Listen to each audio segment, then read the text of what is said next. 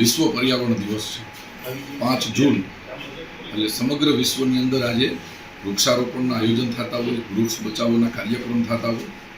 એના ભાગરૂપે ભારતીય જનતા પાર્ટી રાજકોટ જિલ્લામાં 17 મંડળ છે. 17 મંડળ ઉપર આજે ભવ્ય વૃક્ષારોપણનું આયોજન થયું છે.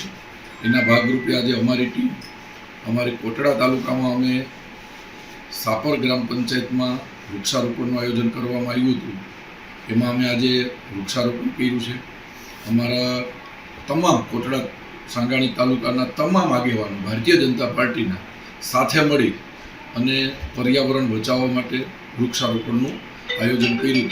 એના ભાગરૂપે આજે અમારા અશ્વિનભાઈ ગઢિયાને ત્યાં 100 મોટા વૃક્ષો લઈ આવી અને અમે અમુક વૃક્ષો વાવ્યા. બાકી આખો દિવસ આજે વૃક્ષારોપણનો સરસ કાર્યક્રમ આજે થશે.